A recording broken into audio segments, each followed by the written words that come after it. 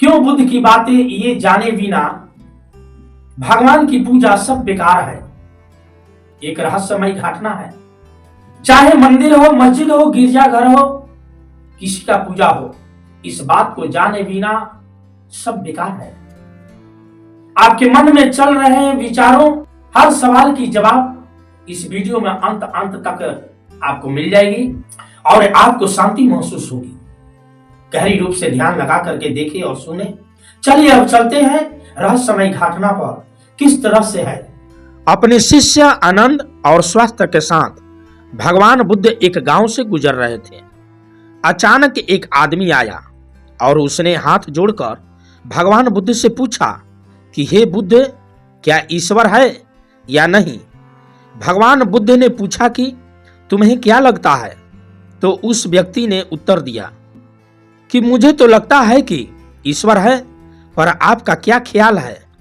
तो भगवान बुद्ध मुस्कुराते हुए कहने लगे कि तुम्हें बिल्कुल गलत लगता है।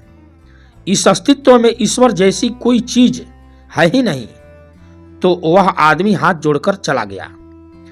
उस आदमी को कुछ दूर जाने के बाद एक दूसरा आदमी आया और उसने भगवान बुद्ध से पूछा कि भगवान बुद्ध, एक प्रश्न को लेकर मैं कई दिनों से परेशान हूं। बुद्ध बोले, क्या। तो वह आदमी बोला, मुझे लगता है कि ईश्वर की बातें बकवास है, फिजूल है। तो भगवान बुद्ध हंसते हुए बड़े प्रेम से बोले, तुम्हें बिल्कुल गलत लगता है। इस अस्तित्व में सिर्फ ईश्वर ही है और कुछ नहीं। जरा देखो तो, आंख बंद तो करो, अपने आप को खोजो तो। इस उत्तर को सुनकर उनके शिष्य आनंद, स्वास्थ्य आश्चर्य में पड़ गए। अब एक ही सवाल का दो उत्तर कैसे। अब शाम का समय हो गया था। भगवान बुद्ध विश्राम के लिए रुक गए। तभी एक तीसरा आदमी घड़बड़ाया हुआ आया और भगवान बुद्ध के पास आकर बड़े जोर जोर से कहने लगा कि भगवान बुद्ध, क्या ईश्वर है या नहीं। मैं बहुत परेशान हूं। मैं खोज रहा हूं कि आप मार्गदर्शन करें। तीसरे आदमी के सवाल पर बुद्ध चुप रहे और कुछ नहीं बोले। उन्होंने मौन होकर आंखें बंद कर लिए। अब आनंद और स्वास्थ्य के आश्चर्य का ठिकाना नहीं रहा। वह सोचने लगे कि एक जैसे तीन सवाल और अलग अलग जवाब कैसे। उन दोनों शिष्य को भगवान बुद्ध की चुप्पी हैरान कर गई। और तीसरे आदमी को जाते ही आनंद ने उनसे पूछा कि हे भगवान बुद्ध, सुबह जब पहले वाला व्यक्ति ने प्रश्न पूछा था तो आपने कहा कि हाँ। दोपहर में जब दूसरे वाला आदमी कहा तो आपने कहा कि नहीं। और शाम को आप मौन रह गए। हे भगवान बुद्ध, तीन आदमी एक ही जैसा प्रश्न किया, लेकिन मैं हैरान हूं कि आपने तीनों को अलग अलग जवाब कैसे दिए। मुझे कुछ समझ में नहीं आया। तो भगवान बुद्ध मुस्कुराते हुए कहने लगे कि आनंद, पहला जो व्यक्ति आया था उसने मान लिया था कि ईश्वर है, तो मैं उसकी मान्यता को मिटा देना चाहता था कि वह ईश्वर को खोजना शुरू करे। कि ईश्वर है या नहीं है केवल मानकर बैठ न जाए, वह सत्य तक पहुंच सके और जाने तथा उसका अनुभव करे। और दूसरे व्यक्ति भी मान लिया था कि ईश्वर की बातें पूरी बकवास है। मैंने उसकी धारणा को भी मिटा दिया था ताकि वह भी खोजे कि ईश्वर है या नहीं है। तीसरे आदमी संकोच अर्थात दुविधा में था कि वह ईश्वर को खोज रहा था, इसलिए मैं मौन रह गया। यहाँ पर मौन रह जाना ही उचित था। वैसे में भगवान बुद्ध के बारे में प्रचलित था कि वह किसी भी प्रश्न का जवाब सीधे सीधे नहीं देते थे। उनका जवाब पूर्ण रूप से रहस्य से भरे होते थे। तो थोड़ी देर सुनने के बाद उनके शिष्य स्वास्थ्य ने कहा कि मुझे ईश्वर के बारे में आपसे सुनना है। कृपया आप मुझे बताएं कि ईश्वर है या नहीं है। आप ईश्वर को मानते हैं कि नहीं। और इसके साथ ही आपसे एक अनुरोध करता हूं कि आप मेरे प्रश्न का सीधा सीधा उत्तर दें। तो भगवान बुद्ध मुस्कुराते हुए कहे कि ठीक है, मैं उत्तर देता हूं, लेकिन उससे पहले मैं तुमसे कुछ प्रश्न पूछना चाहता हूं। पहले इन प्रश्नों का जवाब तुम दो। स्वास्थ्य ने कहा, बिल्कुल ठीक है। तब भगवान बुद्ध ने पूछे कि तुम सूर्य को मानते हो? तब स्वास्थ्य ने बुद्ध की तरफ आश्चर्य से देखा और कहा कि भगवान बुद्ध, ये किस प्रकार की प्रश्न है? ये तो एक बालक भी बता देगा। यह एक सरल प्रश्न है। सूर्य तो साक्षात प्रकट होता है, वह प्रकाश और ऊर्जा देता है। हम सभी का जीवन उसी पर आधारित है। वह तो साक्षात संसार के साथ है, उसे मानने का कोई प्रश्न ही नहीं उठता। भगवान बुद्ध बोले, तो फिर ईश्वर है कि नहीं? यह प्रश्न क्यों उठा? इसका तो यही प्रश्न है कि तुम्हारे मन में ईश्वर को लेकर संदेह है, क्योंकि ईश्वर सूर्य की भांति प्रत्यक्ष नहीं है और तुम भी ईश्वर को खोजने निकले हो। बुद्धि केवल उन्हीं बातों को मान पाती है जिनको प्रत्यक्ष रूप से दिखाई देता है, और ईश्वर कभी भी प्रत्यक्ष रूप से तुमको दिखाई नहीं पड़ेगा, क्योंकि केवल सोचने से कुछ नहीं मिलता है, और कभी अचानक दिख भी गया तो वह ईश्वर नहीं होगा। अब ईश्वर को मानते हैं कि नहीं मानते हैं? असल में यह प्रश्न ही गलत है, और गलत प्रश्न का सही उत्तर कैसे दिया जा सकता है? और यदि किसी प्रकार दिया भी जाए तो उत्तर सही नहीं होगा। इस प्रश्न की भांति उत्तर गलत ही होगा। स्वास्थ्य दुविधा में पड़ गया। उसने कहा, भगवान बुद्ध, मुझे कुछ समझ में नहीं आ रहा है। तब भगवान बुद्ध कहे कि ईश्वर को माना नहीं जा सकता है, बल्कि ईश्वर को जाना जा सकता है। अगर तुम्हारा प्रश्न ये हो कि मैं ईश्वर को जानना चाहता हूं, तब मैं तुम्हारी मदद कर सकता हूं। इस संसार में कुछ भी मानने वाले लोग जानने से चूक जाते हैं और उनका विकास रुक जाता है। जिनका स्वयं का कोई बुद्ध नहीं होता है कि वह सत्य बात क्या है। जान केवल वही पाता है जो निरंतर खोज रहा है। जानने की यात्रा थोड़ी मुश्किल होती है, लेकिन मानना बहुत आसान होता है। आदमी को किसी भी बात को मानने में ना खर्च है, ना ही परिश्रम है। कोई भी बात को किसी आदमी ने समझा दिया और उससे संतुष्टि हो गई तो तूने उस बात को मान लिया। लेकिन मानकर रुक जाने वाले व्यक्ति को इस संसार के सबसे अभाग्य प्राणी है, क्योंकि किसी भी ज्ञान से अपने आप को बोध के बिना वह ज्ञान व्यर्थ है, झूठ है। तो अगले दिन सुबह वही जिज्ञासु जिसके प्रश्न पर भगवान बुद्ध शांत मौन हो गए थे, वही फिर से आए और उसने भगवान बुद्ध से प्रश्न किया कि हे भगवान बुद्ध, आप शाम को मौन हो गए थे। मेरे जीवन का एक ही लक्ष्य रहा है कि ईश्वर को खोज लूं। वह कहां पर है, वह कैसा है, उनसे ब्रह्म ज्ञान की प्राप्ति कर लूं। और मैं किसी से सुना है कि आपको ब्रह्म ज्ञान उपलब्ध हुआ है, तो आप अवश्य ही ईश्वर से मिले होंगे। तो आप ईश्वर की खोजने में मेरा सहायता नहीं करेंगे?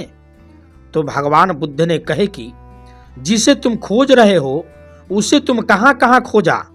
तो जिज्ञासु बोला, भगवान बुद्ध, मैंने सभी तीर्थ, सभी मंदिर और पूरी दुनिया का भ्रमण किया। जग हवन, बड़े बड़े अनुष्ठान सब पूरे किए। मैंने वह सभी कार्य किए जो मुझे प्राप्ति के लिए कहे गए थे, लेकिन फिर भी आज तक ईश्वर नहीं मिले, ना उस ईश्वर को हमें पता चला। तब मुझे किसी ने बताया कि आपको परम ज्ञान उपलब्ध हुआ है।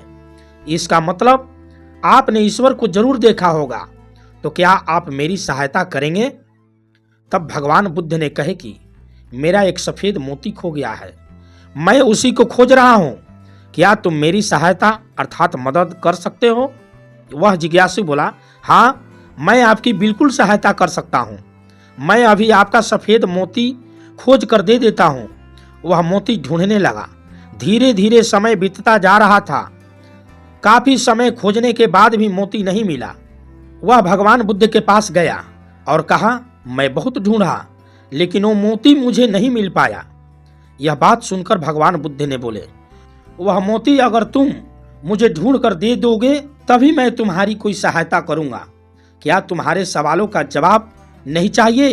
तो जिज्ञासु फिर से मोती खोजने लगा, लेकिन काफी समय बीत जाने के बाद वह भगवान बुद्ध के पास आकर बोला कि आप ठीक से याद करके बताइए कि मोती कहाँ खोया था। तो भगवान बुद्ध ने मुस्कुराते हुए कहे कि वह मोती तो मेरे कुटिया में खोया था। तो आदमी बहुत झुझुला गया और कहने लगा कि आप मुझे मूर्ख बना रहे हैं। आप केवल ज्ञानी होने का ढोंग करते हैं। आपको इतना भी नहीं पता है कि जो चीज कुटिया में खोई है वह बाहर कैसे मिल सकती है। वह सफेद मोती कुटिया में ही मिलेगी, आपको उसे वही खोजना चाहिए था। तो भगवान बुद्ध मुस्कुराते हुए बोले, मैं भी तो तुम्हें यही समझाना चाहता हूं, जो चीज तुम्हारी भीतर खो गई है वह चीज तुम्हें बाहर कैसे मिलेगी। तुम कई वर्षों तक बाहर खोजबीन करते रहे, लेकिन एक पल के लिए तुम अपनी भीतर खोजा, तब तुम्हें ज्ञान मिलेगा। यह सुनकर जिज्ञासु बोला, हे भगवान बुद्ध, आपकी बात तो मैं समझ गया, लेकिन अभी भी मैं ये नहीं समझ पा रहा हूं कि मैं अपने अंदर क्या खोजूं। भगवान बुद्ध बोले, तुम अपने ईश्वर को खोजना चाहते हो ना, पर क्या तुम अपने आप को कभी खोजा है। जिज्ञासु बोला, मैं अपने आप को जानता हूं। मैं अपना नाम, काम, पद, जब से मैं जन्म लिया हूं तब से सभी चीज जानता हूं। मैं कुछ भी भूला नहीं हूं, तो फिर और क्या चाहने की जरूरत है। मैं क्या जानूं। तब भगवान बुद्ध ने बोले कि अभी बताओ कि इस समय तुम्हारा सबसे नजदीक कौन है। जिज्ञासु बोला, इस समय तो आप ही मेरे नजदीक हैं। फिर भगवान बुद्ध ने कहे कि हमसे भी ज्यादा नजदीक कौन है। उसने कहा, आपसे ज्यादा नजदीक तो हवा है। फिर भगवान बुद्ध ने कहे कि हवा से ज्यादा नजदीक क्या है। तो जिज्ञासु सोच कर बोला, हवा से ज्यादा नजदीक तो मेरे वस्त्र है। तो भगवान बुद्ध ने कहे, इन वस्त्रों से ज्यादा नजदीक क्या है। तो जिज्ञासु बोले, इससे ज्यादा नजदीक तो कुछ भी नहीं है। तो भगवान बुद्ध ने कहे कि तुम अपनी आंखें बंद करो, बिल्कुल शांत होकर अपने भीतर खोजो। तुम्हारे भीतर क्या है, बाकी चल रहे विचारों को हटा दो और ध्यान दो कि तुम्हारे नजदीक क्या है। थोड़े समय बाद भगवान बुद्ध उससे पूछते हैं, अब बताओ कि तुम्हारे सबसे नजदीक क्या है। जिज्ञासु बोला, पहले ऐसे लगा मेरे सांसें मेरे सबसे ज्यादा नजदीक है, मगर धीरे धीरे मेरी सांसें भी हमसे दूर होती चली गई। फिर मुझे लगा कि दिल की धड़कन मेरे सबसे ज्यादा नजदीक है, और वो भी मुझसे धीरे धीरे दूर हो गई, और मैं खुद से ही दूर हो गया। मुझे एक अलग अनुभव हुआ, मैं कहीं नहीं हूं, फिर भी हूं। भगवान बुद्ध, मैं इस चीज को अभी भी नहीं समझ पा रहा हूं कि यह क्या है। भगवान बुद्ध मुस्कुराए और कहने लगे कि अब तुम सही खोज कर रहे हो, अब शीघ्र ही तुम्हें तुम्हारा सफेद मोती मिल जाएगा। वो जो तुम्हें समझ में नहीं आ रही थी, अब वह समझ में आ जाएगी। यह सुनकर जिज्ञासु ने भगवान बुद्ध से अपनी अभद्रता के लिए हाथ जोड़कर माफी मांगी और उनका आभार व्यक्त किया कि आपने मुझे ज्ञान का रास्ता दिखाया। तो ईश्वर को मानो नहीं, जानो। जब तुम ईश्वर को जान जाओगे तो उसका स्वाद चख लोगे, तब तुम भी उस बात को किसी को बता नहीं पाओगे। उस ईश्वर की सीधी व्याख्या नहीं कर पाओगे, लेकिन दूसरों को ईश्वर का स्वाद चखाने में मदद कर सकते हो। भगवान बुद्ध तत्व से संबंधित प्रश्न, जैसे ईश्वर व आत्मा, इनसे संबंधित प्रश्नों से बचा करते थे, उनका उत्तर नहीं देते थे, और अगर कहीं पर विवशता पड़ी और उसका उत्तर देना पड़ा तो उदाहरण के माध्यम से समझाने का प्रयास करते थे। जिन्होंने भी ईश्वर की वर्णन किया, उनके अनुयायियों ने अलग अलग समुदाय बना लिए और अपने ईश्वर को सही और दूसरे को ईश्वर को गलत मानने लगे। भगवान बुद्ध इस बात को जानते थे, इसलिए कई बार उन्होंने ईश्वर को नकारा था। उन्होंने ईश्वर को इसलिए नकारा था ताकि आपकी प्यास और गहरी हो सके और स्वयं आप उसे जाने। उन्होंने सदैव कहा है कि मेरे या किसी भी आदमी के कहने से उस बात को मानो नहीं, स्वयं को अनुभव करो। दूसरे को कहने या सुनने से गलत धारणा उत्पन्न होती है और धारणा खोज में सबसे बड़ी बाधा होती है। बचपन से ही सभी को सिखाया जाता है कि यही हमारे इष्ट है, यही हमारे भगवान है, और इसीलिए वह बच्चा जो कि खोजी हो सकता था, जो जिज्ञासु हो सकता था, उसकी जिज्ञासा वहीं पर समाप्त हो जाती है और वह बच्चा जीवन पर्यंत उन कर्म कांडों में लगा रहता है जो कि दूसरों ने उसे बताए थे। वह खुद का मार्ग कभी तलाश ही नहीं पाता है और यही धारणा पीढ़ी दर पीढ़ी धर्म में चली आ रही है, और इसलिए ईश्वर को तलाशने वाले लोग बहुत ही कम बचे हैं। भगवान बुद्ध हमेशा कहते थे कि मानना तो बहुत आसान है। किसी ने कहा और आपने उस बात को मान लिया, इससे आपकी खोज हमेशा के लिए समाप्त हो गई। अगर आपको सच में खोजना है तो उसके लिए आपके मन में संशय अर्थात संदेह होना चाहिए। संदेह होगा तभी आपके अंदर सवाल उठेंगे, और सवाल जब उठेंगे तभी किसी को जान पाओगे। वह तो सारी धारणाओं से परे है, क्योंकि धारणा बुद्धि का ही अस्तित्व होता है और बुद्धि से उसे कभी जाना ही नहीं जा सकता। अगर उसे जानना है तो बुद्धि के पार जाना होगा, और बुद्धि के पार जाने के लिए आपको अपनी धारणा यहीं पर मिटा देनी होगी। हम अपनी पहचान अपनी धर्म, अपनी नाम, अपने कुल या अपने परिवार से करते हैं, लेकिन यह सारी पहचान ऊपरी तौर पर होती है, अर्थात बाहरी दुनिया के लिए होती है। लेकिन भीतर से जब हम खुद को झांकते हैं, खुद को पहचानने का प्रयास करते हैं, तो हम यह पाते हैं कि हम खुद से ही अनजान हैं। हम खुद अपने आप को पहचानते ही नहीं हैं कि मैं कौन हूं। यही सवाल अपने आप से बार बार पूछने पर आप अपने भीतर उतरते हैं। अपने आप से सवाल करो, अपने मन में यह सवाल उठाओ कि मैं कौन हूं, मैं कौन हूं। और बार बार जब हम यह सवाल अपने आप से पूछते हैं तो हम अपने भीतर उतरते चले जाते हैं, जहां पर हमें अपने वास्तविक स्वरूप के दर्शन होते हैं, और वहां पर अंधविश्वास खत्म हो जाता है, ढोंग पाखंड सब खत्म हो जाता है, और वहीं पर हमें परमात्मा या फिर भगवान के दर्शन प्राप्त होते हैं।